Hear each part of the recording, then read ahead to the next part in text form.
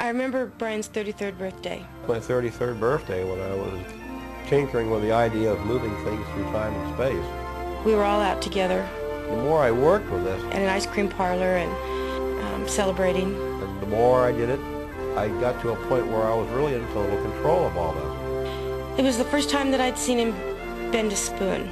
The waitress was bringing some sort of food down the aisle, and all the silverware on top of her tray just went crazy. These spoons would just be bending while he was driving. His eyes were rolled back. The whites of his eyes were showing, and he was still driving the car. As soon as you do it, you know, oh, that wasn't right. And then you go, oh, man, I'm letting this whole thing go too much. I'm taking the journey off to a little sidestep. I'm letting it absorb me. I'm not really, I'm learning from all this. But perhaps I'm not really doing what I'm supposed to be doing with this knowledge. Well, I sure don't want to keep on doing something like this, so it needs to be refined. I need to control it more. I need to understand this.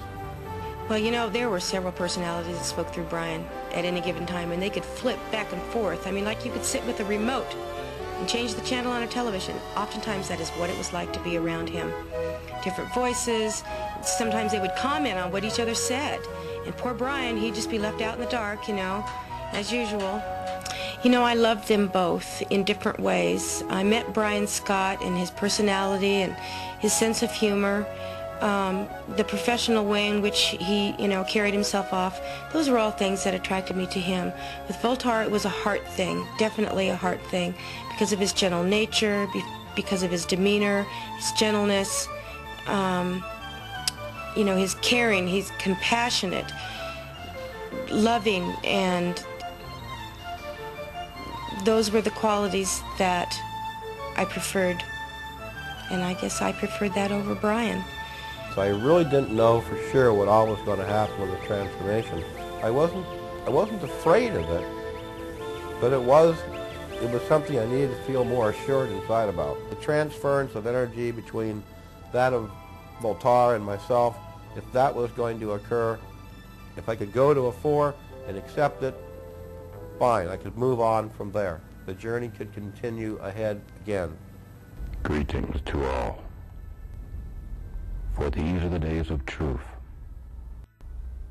Come forth, those who seek knowledge and wisdom, and of this there will be a beginning, for there is much work to be done.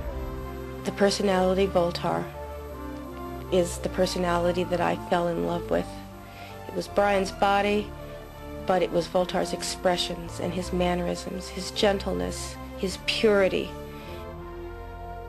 I would oftentimes get confused about who I was talking to, and that we had all decided that Brian would be Brian during the day and Volltar would be able to come out at night. And I lost track of all that. I lost my sense of balance where that was concerned, and you know, the duality just threw me off, and that is where the conflict began in our relationship.